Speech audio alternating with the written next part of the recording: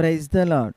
యేసుతో జీవించు అనుదిన వర్తమానాలకు మిమ్మను ప్రేమతో ఆహ్వానిస్తూ ఉన్నాను. ప్రియమైన మీ అందరికీ కూడా నా యొక్క ఉదయకాల శుభాలు తెలియచేస్తూ ఉన్నాను. ఎలా ఉన్నారు? బాగున్నారు కదూ? మననుదిన వాక్య ధ్యానములు 15వ కీర్తన 3-5 వచనములు. అటివాడు నాలుకతో కొండెమలాడడు, తన చిలికానికి కీడు చేయడు, తన పొరుగువాని మీద నింద మోపడు. అతని దృష్టికి నీచుడు అసహ్యుడు. అతడు యెహోవా యందు భయభక్తులు గలవారిని సన్మానించును. అతడు ప్రమాణము చేయగా నష్టము కలిగిన మాట తప్పడు. తన ద్రవ్యము వడ్డీకి ఇయ్యడు. నిరపరాధిని చెరుపుటకై లంచము పుచ్చుకొనడు. ఈ ప్రకారము చేయువాడు ఎన్నడను కూడా కదల్చబడడు. దేవుని సన్నిధిలో అతిథిగా ఉండదగిన వ్యక్తి యొక్క జీవితము ఈ యొక్క 15వ కీర్తన మనకు నేర్పిస్తూ ఉంది.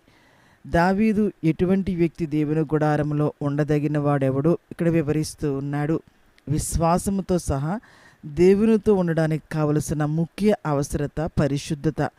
ఏ వ్యక్తి అయితే అంతర్గతంగా పరిశుద్ధుడుగా ఉంటాడో ఆ వ్యక్తి స్త్రీ కావచ్చు, పురుషుడు కావచ్చు, అయితే ఆ వ్యక్తి బాహ్యంగా కూడా పరిశుద్ధుడుగా ఉంటాడు.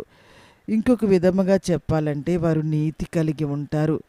ఇటువంటి వ్యక్తి పెదవులతో మాత్రమే మాట్లాడరు, కానీ వారు హృదయపూర్వకంగా మాట్లాడతారు. వారి యొక్క హృదయంలో ఏముందో దాన్ని వారు ధైర్యంగా వ్యక్తపరుస్తారు. యథార్థమైన ప్రవక్తను కలిగి ఉన్నటువంటి వ్యక్తి ఇప్పుడు కూడా నిజము పలుకుతాడు.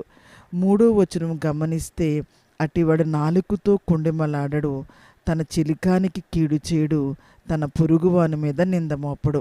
ఇతరుల గురించి నాలుకతో యథార్థమైన ప్రవర్తన కలిగి ఉన్న వ్యక్తి ఇప్పుడు కూడా కొండెములాడడు.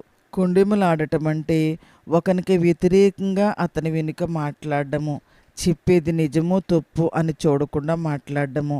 తన చిలికానికి అంటే స్నేహితునికి ఎప్పుడు కూడా యథార్థమైన ప్రవర్తన కలిగిన వ్యక్తి కీడు చేయడు. తన పొరుగువాని మీద ఎప్పుడు కూడా నింద మోపడు. పొరుగువాడంటే